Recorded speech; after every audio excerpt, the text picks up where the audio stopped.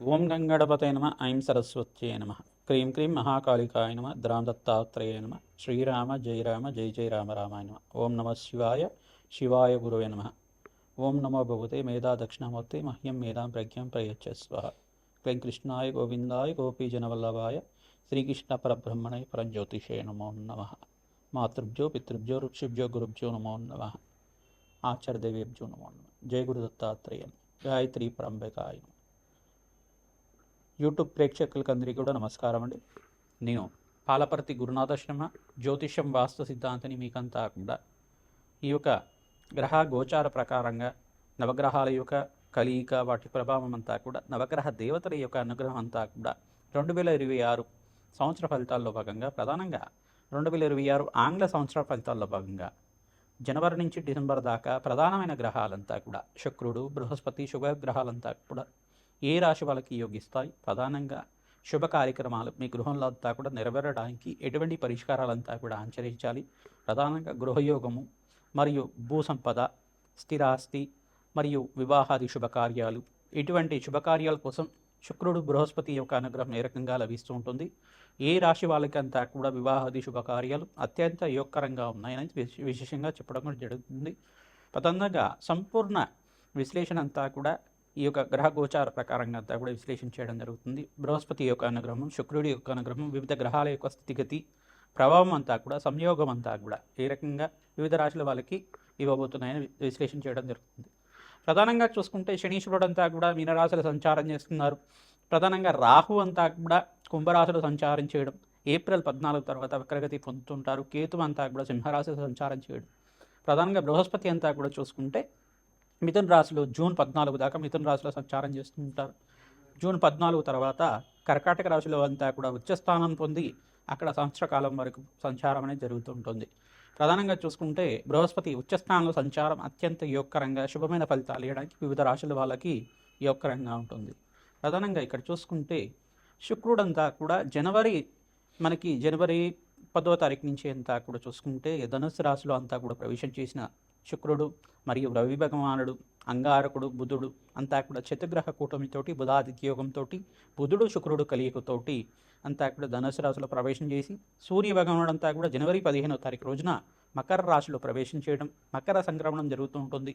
ప్రతి 30 రోజులకు ఒకసారి సూర్యగ్రహం అంతా కూడా మారుతూ ఉంటుంది. వివిధ గ్రహాలంతా కూడా మారుతూ ఉండడం వల్ల ప్రధానంగా సూర్య భగవానుడు బుధుడు శుక్రుడు అంతా కూడా ప్రతి మాసంలో అంతా కూడా మారుతూ ఉంటారు. వివిధ స్థానాల్లో అంతా కూడా మారుతూ ఉంటారు. వాటి ప్రభావం అంతా కూడా విశ్లేషణ చేయడం జరుగుతుంది. గ్రహస్థితి అంతా కూడా ఈ రకంగా ఉంది. ఏప్రిల్ 14 నుంచి ఈ యొక్క రాహుకేతులంతా కూడా వక్రగతి అంతా కూడా సంచారం జరుగుతూ ఉంటుంది. ప్రధానంగా బృహస్పతి అనుగ్రహం అంతా కూడా శుభ పరిణామాలంతా కూడా సంపూర్ణ విశ్లేషణ అంతా చేయడం జరుగుతుంది.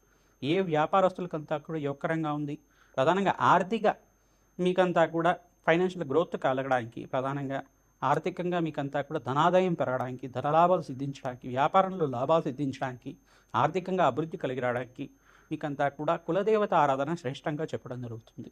ఎవరైతే కనుక కులదేవత ఆరాధన విశేషంగా చేసుకుంటుంటారో మేషాది ద్వాదశ రాశుల వాళ్ళు విశేషంగా మీకంతా కూడా అత్యంత అనుకూలంగా అష్టేశ్వర ప్రాప్తి రావడానికి ఆస్కారం ఉంటుంది. గోచార చక్రవశాత్తు చూసుకుంటే మీకంతా కూడా దత్తనాడి ప్రకారంగా ఈ యొక్క ప్రశ్నారూఢ జాతకం ప్రకారంగా గోచార చక్రవశాత్కంతా కూడా వివిధ రాశుల వాళ్ళకి ఈ యొక్క గ్రహస్థితి ప్రభావం ఈ రకంగా ఉంది.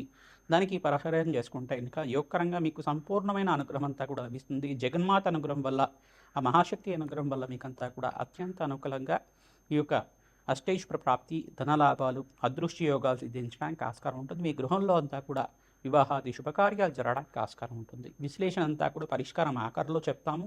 మేము చెప్పే పరిహారం అంతా కూడా మీరు ఆచరిస్తే కనుక అత్యంత రాజయోగం సిద్ధించడానికి, విపరీత రాజయోగము, ధనప్రాప్తి, అదృశ్యయోగం, మహాలక్ష్మి స్థిరనివాసంగా ఉండడానికి, అష్టైశ్వర ప్రాప్తి కలగడానికి, వ్యాపారంలో అభివృద్ధి, ఉద్యోగంలో మార్పు, స్థానచలనం, గృహయోగం సిద్ధించడానికి ఆస్కారం ఉంటుంది.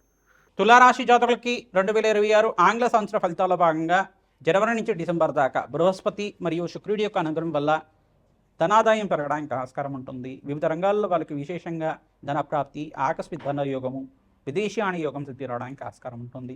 తులారాశి జాతకులకి ప్రధానంగా చూసుకుంటే శుక్రుడు అనుగ్రహం వల్ల బృహస్పతి అంతా కూడా మార్పు, జూన్ 14 తర్వాత ఉచ్చస్థానంలో మార్పు, అంగారకుడు ప్రధానంగా చూసుకుంటే ఫిబ్రవరి 14 తారీఖు తర్వాత ఈ యొక్క ఉచ్చస్థానంలో మార్పు. రవి భగవానుడు మే 14 తారీఖు తర్వాత, మే 14, 18 తారీఖు తర్వాత ఉచ్చస్థానంలో మార్పు. ఈ స్థానాల్లో అంతా కూడా విదేశీయాన యోగము, రాజకీయంగా పలుకుబడి పెరగడం, వివిధ రంగాల్లో వాళ్ళకి, ఐటీ రంగాల్లో వాళ్ళకి అధికంగా ధనాదాయం పెరగడానికి, వ్యాపారంలో అభివృద్ధి కలిసి రావడానికి, మంచి ఆఫర్స్, ప్రాజెక్ట్స్ అంతా కూడా సిద్ధి రావడానికి, జాబ్లో అంతా కూడా మార్పులు జరగడానికి, ఉద్యోగుల్లో మార్పు, ఉద్యోగులు లేని వాళ్ళకి ఉద్యోగ యోగం కలగడానికి, మీకంతా కూడా ధనాదాయం పెరగడానికి ఆస్కారం ఉంటుంది. ప్రథమార్థంలో ప్రధానంగా జనవరి నుంచి ఏప్రిల్ 15వ తారీఖు దాకా, 25వ తారీఖు దాకా మిశ్రమైన ఫలితాలంతా కూడా చెప్పడం జరుగుతుంది. ఎందుకంటే చతుర్గ్రహ కూటమి, పంచగ్రహ కూటమి, త్రిగ్రహ కూటమి అంతా కూడా వివిధ గ్రహాలన్నీ కూడా మార్పు, ఈ యొక్క మేషం నుంచి మీనం వాళ్ళకంతా కూడా ఈ మార్పులంతా కూడా జరుగుతూ ఉంటాయి. ప్రధానంగా చూసుకుంటే ఒక రాశి నుంచి ఇంకో రాశికి మారేటప్పుడు గ్రహాల యొక్క స్థితిగతి, వాటికి ప్రభావం అంతా కూడా సంయోగం అంటారు. సంయోగము, యుక్తి, కలయిక అంతా కూడా పాపగ్రహాలతో కలిసినప్పుడు మిశ్రమైన ఫలితాలు ఇస్తుంటాయి. తద్వారా మీకంతా కూడా ఆర్థికంగా కొంచెం రుణబాధలు ఉండడం కానీ, ఆర్థికంగా స్వల్పంగా ఇబ్బంది పడుతూ ఉండడం కానీ జాతకంలో ఈ గ్రహాలంతా కూడా యోగకరంగా ఉంటాయి. ప్రధానంగా రవి భగవానుడు, అంగారకుడు, శుక్రుడు, బుధుడు, శనీశ్వరుడు యోగకరంగా ఉంటే విపరీత రాజయోగం సిద్ధిరవడానికి ఆస్కారం ఉంటుంది. అధికంగా ధనాదాయం పెరగడానికి ఆస్కారం ఉంటుంది. ఫిబ్రవరి 28వ తారీఖు తర్వాత మీకంతా కూడా గృహయోగం అంతా కూడా స్థిరవడానికి ఆస్కారం ఉంటుంది. ప్రధానంగా తులారాశి జాతకులు మహాలక్ష్మీదేవి ఆరాధన చేసుకోవడం మంచి ఫలితాలు వస్తూ ఉంటుంది. ఆవునైతే దీపారాధన మీ గృహంలో ప్రతినిత్యం కూడా చేస్తూ ఉండాలి. ప్రధానంగా గూడాన ప్రీతమాసనీయమ, ప్రధానంగా అమ్మవారికి ప్రీతికరంగా బెల్లం పరవాన్నము, చిత్రాన్నాన్ని నివేదన చేయడం, దద్దోజనం నివేదన చేయడం వల్ల ధనాదాయం పెరుగుతుంది. అమ్మవారి కరుణా కటాక్ష వీక్షణ వల్ల అష్టైశ్వర ప్రాప్తి కలగడానికి ఆస్కారం ఉంటుంది. శ్రీ సూక్త పారాయణ, మూలమంత్ర జపాది కార్యక్రమాలు, లక్ష్మీ కుబేర శాంతి హోమాది కార్యక్రమాలు, విశేషమైన ద్రవ్యాలతోటి, తామర పూలతోటి, తెల్ల ఆవాలతోటి, తామర గింజలతోటి మరియు విశేషమైన ద్రవ్యాలతోటి, మారేడు కాయలతోటి ఈ ఒక మహాలక్ష్మీదేవి ప్రీతికరంగా కమలాత్మిక మూలమంత్రంతో విశేష హోమాది కార్యక్రమాలు ఆచరిస్తూ ఉంటాం. ఈ యజ్ఞాది కృతుల్లో మీరంతా కూడా పాల్గొనడం వల్ల ఆకస్మిక లాభం, వ్యాపారంలో అభివృద్ధి, ధనాదాయం, ధనాకర్షణ పెరగడానికి ఆస్కారం ఉంటుంది. రాజయోగం సిద్ధి రావడానికి ఆస్కారం ఉంటుంది. పొలిటికల్ రంగంలో వాళ్ళకు కూడా మంచి అవకాశాలంతా కూడా సిద్ధి రావడానికి శనీశ్వరుడికి, రాహుకి, బృహస్పతికి మరియు సూర్య భగవానుడికి, శుక్రుడికి అంతా కూడా జపము హోమాది కార్యక్రమాలు, రాజశ్యామల హోమాది కార్యక్రమాలు, ప్రత్యంగరదేవి శాంతి హోమాది కార్యక్రమాలు ఆచరించడం వల్ల విశేషమైన పుణ్యప్రాప్తితోటి రాజకీయ పలుకుబడి అంతా కూడా పెరుగుతుంది. మంచి పదవి అంతా కూడా సిద్ధి రావడానికి, సంఘంలో గౌరవం పెరగడానికి, మీకంతా కూడా సేవారంగంలో మంచి పదవి లభించడానికి ఆస్కారం ఉంటుంది. ప్రతినిత్యం కూడా గోమాత సేవ చేస్తూ ఉండండి, మంచి రాబడి పెరుగుతూ ఉంటుంది. అప్పుల బాధల నుంచి తీరిపోయి ఆనందమైన జీవితం రావడానికి ఆస్కారం ఉంటుంది. ప్రధానంగా చూసుకుంటే బంధుమిత్రుల యొక్క సహాయ సహకారాలంతా కూడా ఆహ్లాదకరంగా, ఆనందంగా ఉండడానికి ఆస్కారం ఉంటుంది. విదేశీయానంలో మీకంతా కూడా విద్య కోసం వెళ్ళే వాళ్ళకి ఆగస్టు 18వ తారీఖు తర్వాత మంచి విదేశీయాన యోగం సిద్ధి రావడానికి ఆస్కారం ఉంటుంది. గోమాత సేవ చేయండి, అన్నదానం ఆచరించండి, నవగ్రహాలకంతా కూడా అభిషేకాది కార్యక్రమాలు చేసుకుంటూ ఉండండి, మంచి ఫలితాలు పొందుతారు. అగ్నికి నవధాన్యాలు సమర్పిస్తుండడం వల్ల విశేషమైన పుణ్యప్రాప్తి లభిస్తుంటుంది. శ్రీమాత్రే నమః. 2026 ఆంగ్ల సంవత్సర ఫలితాల్లో భాగంగా మేషాది ద్వాదశ రాశుల వాళ్ళు ప్రతినిత్యం కూడా ఈ పరిష్కారం ఆచరిస్తే కనుక రాజయోగం సిద్ధిస్తుంది. 5 గ్రహాలు 6 గ్రహాలంతా కూడా రాజయోగం కలుగుతున్నాయి. ప్రధానంగా చూసుకుంటే ప్రధానంగా మకర రాశి జాతకులకి ఈ సంవత్సరం అంతా కూడా రాజయోగంగా చెప్పడం జరుగుతుంది. ప్రధానంగా వృషభ రాశి జాతకులకు కూడా ద్వితీయార్థంలో అంటే జూన్ 14 తర్వాత రాజయోగంగా చెప్పడం జరుగుతుంది. ఇక్కడ ధనుస్సు రాశి జాతకులకు కూడా మంచి రాజయోగంగా చెప్పడం జరుగుతుంది. కుంభరాశి జాతకులకు కూడా మంచి రాజయోగం, విపరీత రాజయోగం అంతా కూడా ఈ సంవత్సరం అంతా కూడా సిద్ధించడానికి ఆస్కారం ఉంటుంది.